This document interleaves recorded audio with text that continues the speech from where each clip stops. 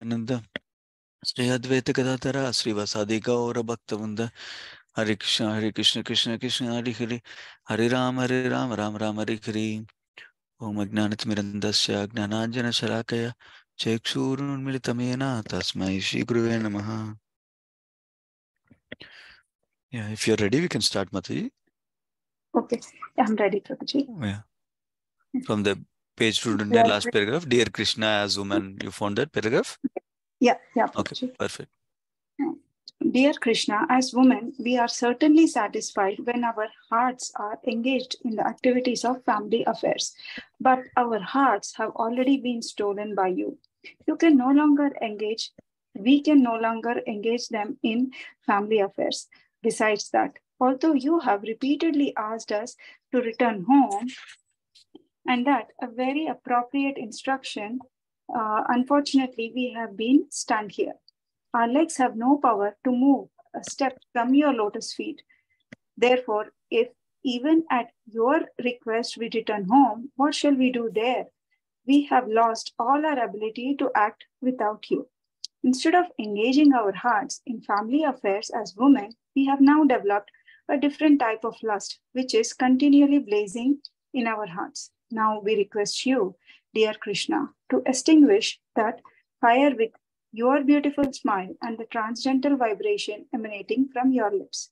If you do not agree to do us this favor, we should be burned in the fire of separation. In that condition, we shall simply think of you and your beautiful features and give up our bodies immediately. In that way, we think it will be possible for us to reside at your lotus feet in the next life.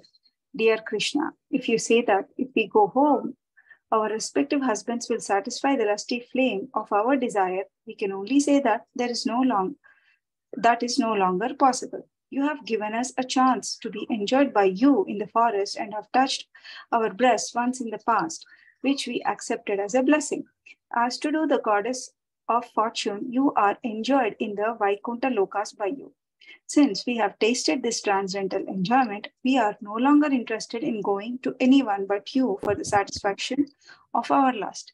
Dear Krishna, the lotus feet of the goddess of fortune are always worshipped by the demigods.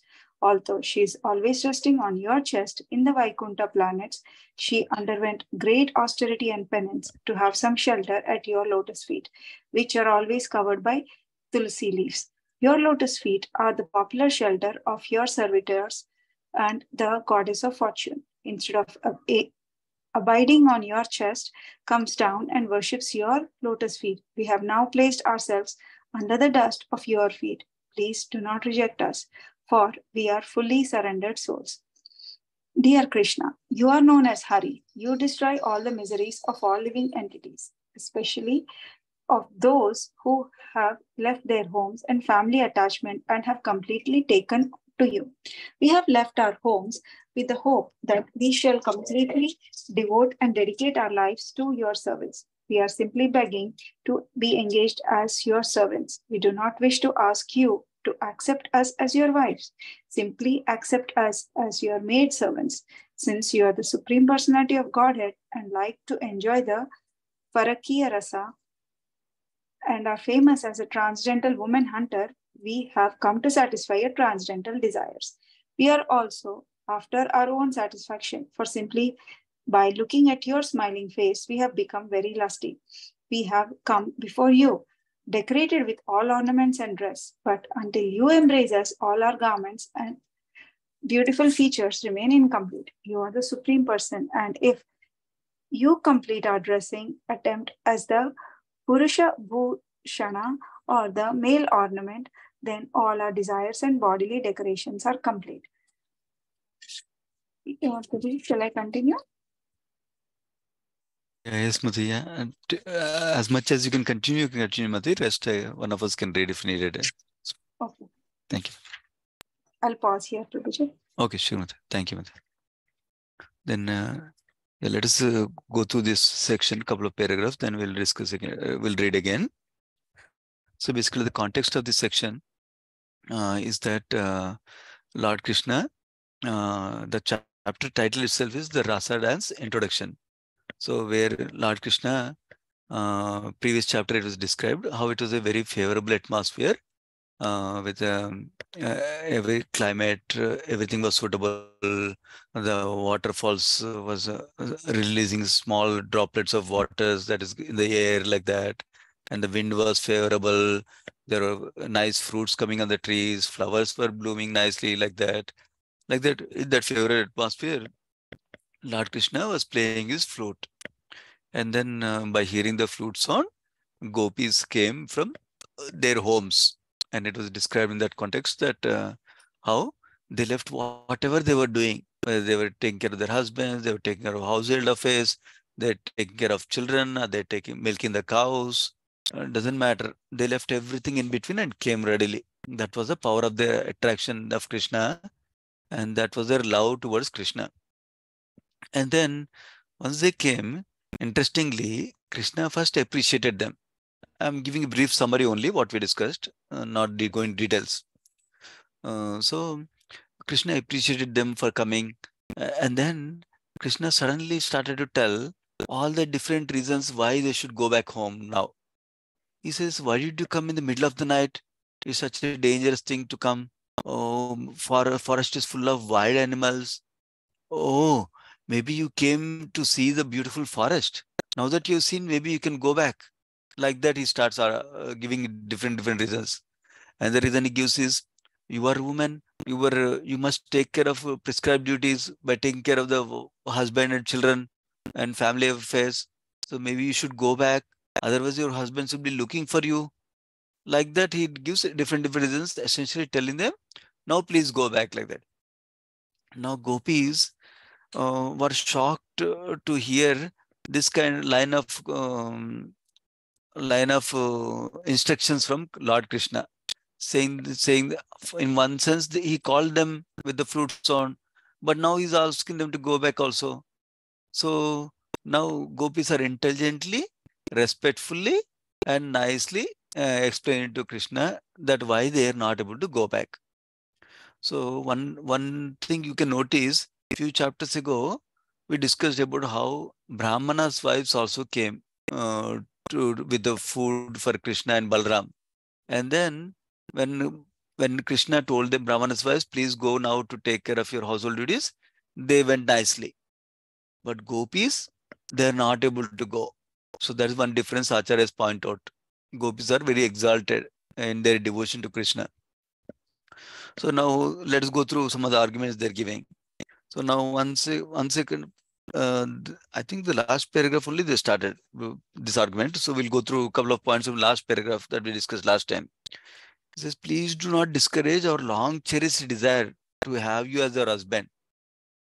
Um, then they said, although the father and mother are expected to protect the children, there are many children who do not have food, and there are many physicians try to protect their patients, but sometimes patients dies also.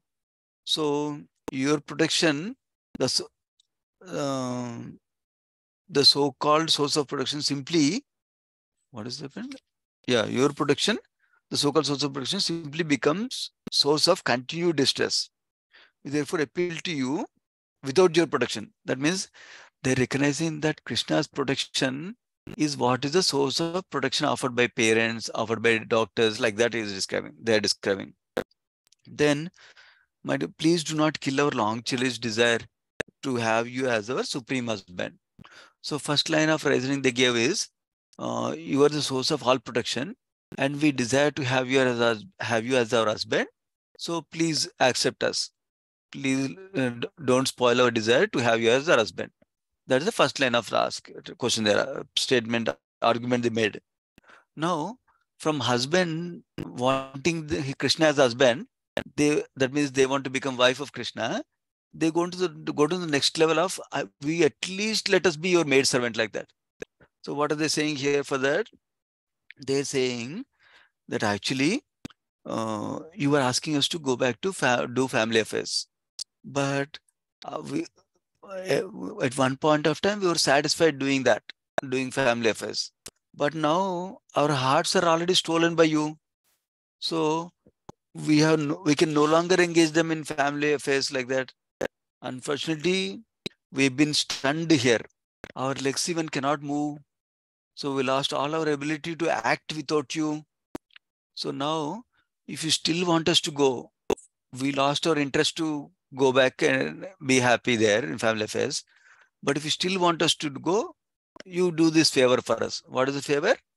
They're saying you extinguish the fire that you started with your beautiful smile, and now we request you to extinguish that fire that you created, that's blazing in our heart, with your beautiful smile and the transcendental vibration emanating from your lips. That means sweet words and flute sound like that. If you do, that is the favor we are asking you to do. So you, whatever fire you created, you only extinguish. Then we can go back. But if you do not agree to do that, this favor, we shall be certainly burned in the fire of separation. So then, even if we go to the family, then we'll be always thinking about you, and we'll be burning in the fire of separation. Um, so then, if that is the case, we'll just go back and give up our body, because at least that way we'll think that we understand that we'll come back to you, and basically, at least in the next life, we can become your wives like that they describe. Then, yeah, at least we can come to your lotus feet in the next life. They're saying that. Then, since we have tasted this transcendental enjoyment with you, we're no longer interested in going to anyone but you. So now we have placed ourselves at the dust of your lotus feet. Please do not reject us, because we are your surrendered souls, like that they're asking. Now the next paragraph, they're saying, next argument, they're saying you are actually known as Hari. Hari means one who destroys all the miseries of the living entities.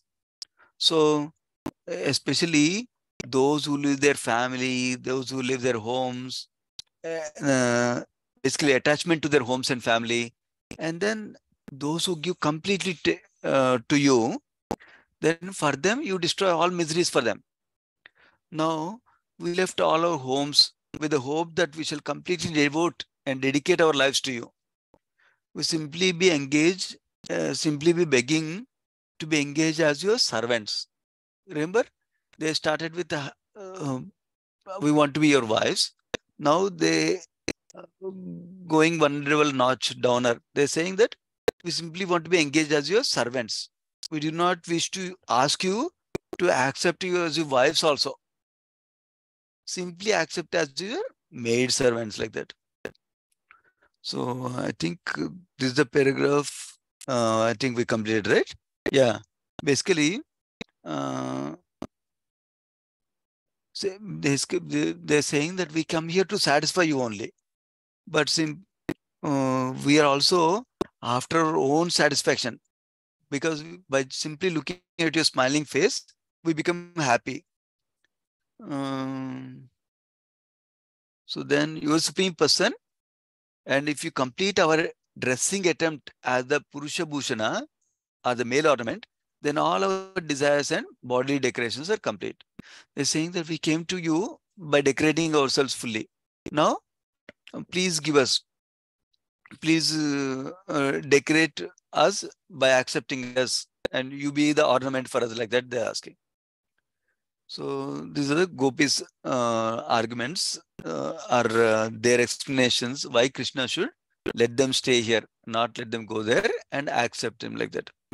Let's go to the next section. uh, yeah, anyone would like to read the next section? I can read, Prabhuji, now. Sure, Mate. Thank you. Before, I want to add 2 points. Is it okay, Prabhuji? Please go ahead, Mate. Okay, so I heard that like here when they mentioned gopis, so gopis of all ages, like here, like women who are like young, and then women who had kids, as you mentioned, and also women who had even grandkids. Like, so they were referring to like gopis of all ages. And is that I correct, don't Prabhuji? know. I don't know about the grand kids like that. I never heard it. I don't know. You read it somewhere here or a previous chapter Um, or something? No, Nitai Sivni Mataji's lecture, she Okay. was mentioning. Okay. Then it must be correct only. I don't know about it. Thank you for sharing. Yeah. And she was also mentioning when Krishna tells the gopis to go back, they were so like they were filled with sorrow, and they'll be like looking down, and they'll be like pressing their toes under the on the ground, just in that sorrow. So that was, yeah. Got it. Okay. Ma'am. Yeah, sure. Yeah. Thank you, Mother. Yes. Okay.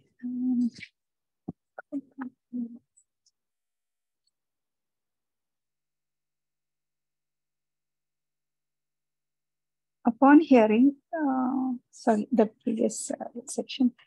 Dear Krishna, we have simply been captivated by seeing you with tilaka and with earrings, and by seeing your beautiful face covered with scattered hair and bearing your extraordinary smile.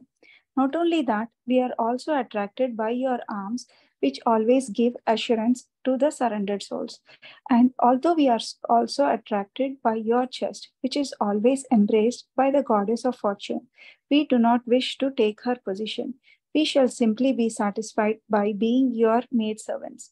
If you accuse us, however, of encouraging prostitution, then we can only ask, where is that woman within these three worlds who is not captivated by your beauty and the rhythmic songs vibrated by your transcendental flute? Within these three worlds, there is no distinction between men and women in relation to you, because both men and women belong to the marginal potency or prakriti. No one is actually the enjoyer or the male. Everyone is meant to be enjoyed by you. There is no woman within these three worlds who cannot but deviate from her path of chastity once she is attracted to you, because your beauty is so sublime that not only men and women, but also cows, birds, beasts, and even trees, fruits and flowers, everyone and everything become enchanted, and what to speak of ourselves. It is, however, definitely decided that as Lord Vishnu is always protecting the demigods from the onslaught of demons, so you have also advented in Vrindavana just to give the residents protection from all kinds of distress. O dear friend of the distressed, kindly place your hand on your burning breasts as well as on your heads, because we have surrendered unto you as your eternal maidservants. If you think, however, that your lotus like palms might be burned to ashes if placed on our burning breasts, let us assure you that your palms will feel pleasure instead of pain, as the lotus flower, although very delicate and soft, enjoys the scorching heat of the sun. Upon hearing the anxious plea of the gopis, the Supreme Personality of Godhead smiled, and being very kind to the gopis, the Lord, although self sufficient, began to embrace them and kiss them as they desired. When Krishna, smiling, looking at the faces of the gopis, the beauty of their faces became 100 times enhanced.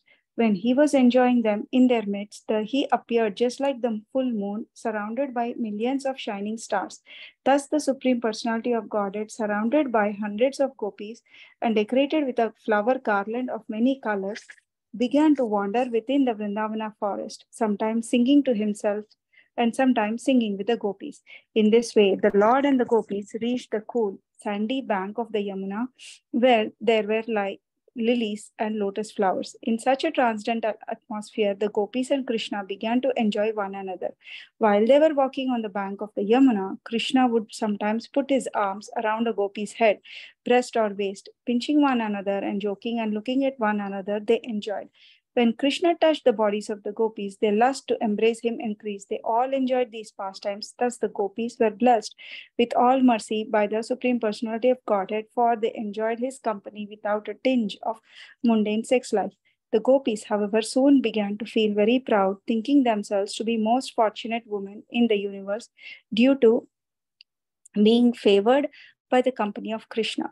Lord Krishna, who is known as Keshava, could immediately understand their pride caused by their great fortune by enjoying him personally, and in order to show them his causeless mercy and to curb their false pride, he immediately disappeared from the scene, exhibiting his opulence of renunciation. The Supreme Personality of Godhead is always full with 6 hands of opulences, and this is an instance of opulence of renunciation. This renunciation confirms Krishna's total non attachment.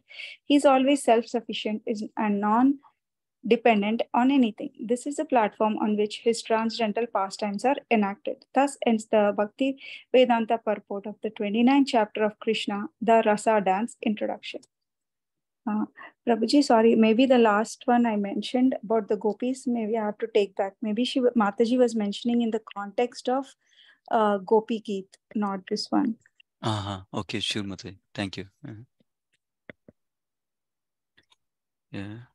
I know anybody has any comments on this section so far? Hare Krishna, Prabhuji. Hare Krishna. Prabhuji, I have a question.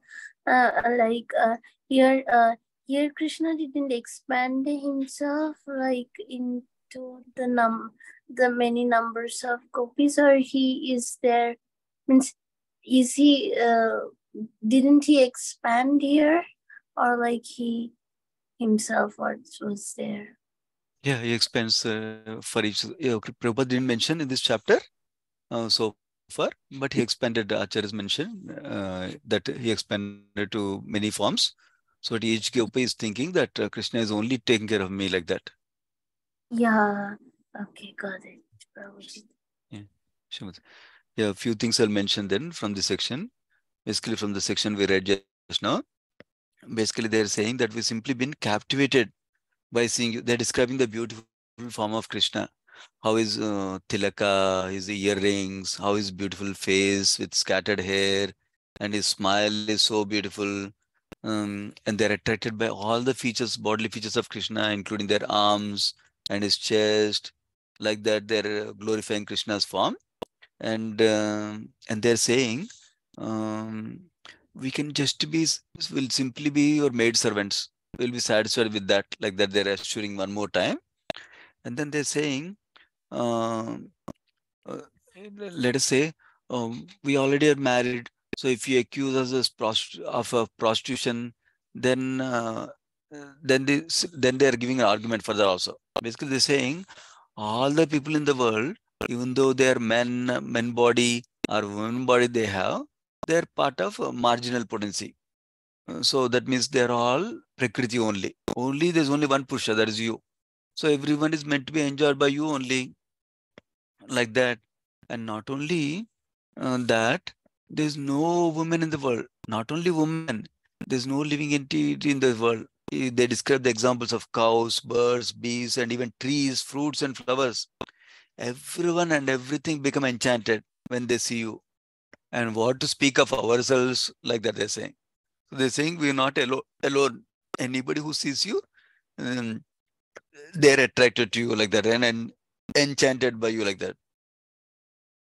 Then, when Krishna heard their request like this in different ways, and their arguments how they should be taken care of by Krishna but not go back home, Krishna uh, smiled and he became kind at them, is described.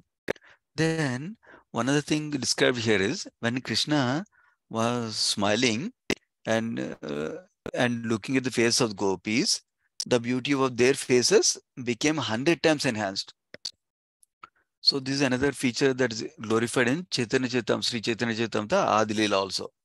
Basically, uh, because gopis want the happiness of Krishna.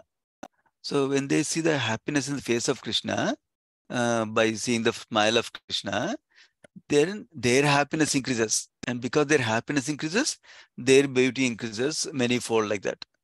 In fact, many times when someone is happy, they're more beautiful than when they're sad.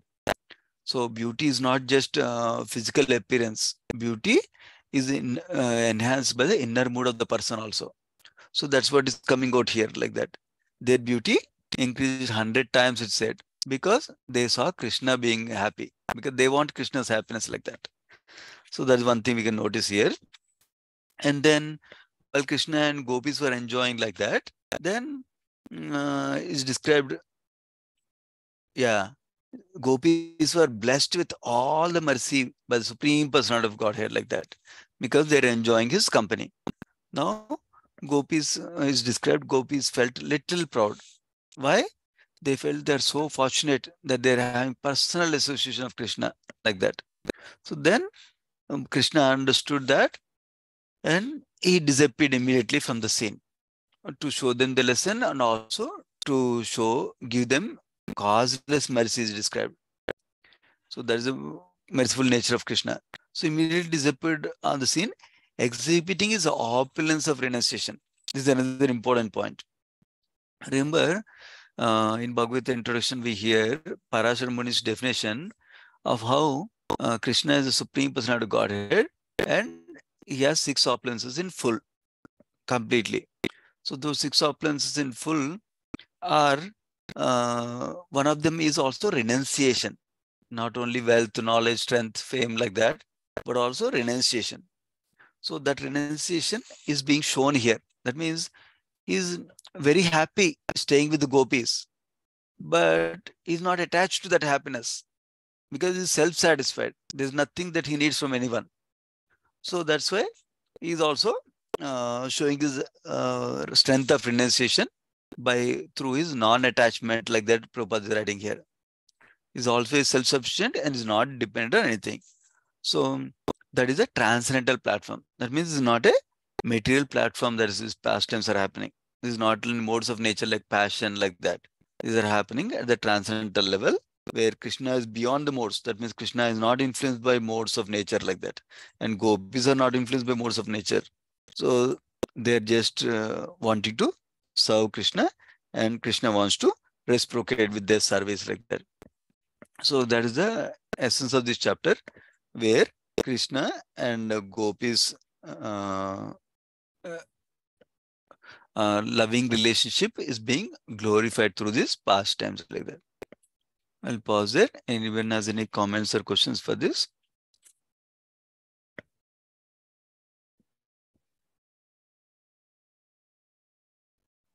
Okay. So if not, we can continue tomorrow, not next session, because I'm going early because I want to chant some rounds today. Before I was 8:30, another call I have. I want to use that time for chanting. So we can continue again next week. Srimad Bhagavatam ki jai, Sri Prabhupada ki jai. Let's offer obeisance to all the devotees of the Lord. Vanchakalpatarubhyascha kripasindhubhyev cha patitanam pavanebhyo vaishnavebhyo namo namaha. Thank you, devotees. Hare Krishna. Thank you, Prabhuji. Hare Krishna. Hare Hare Krishna. Krishna.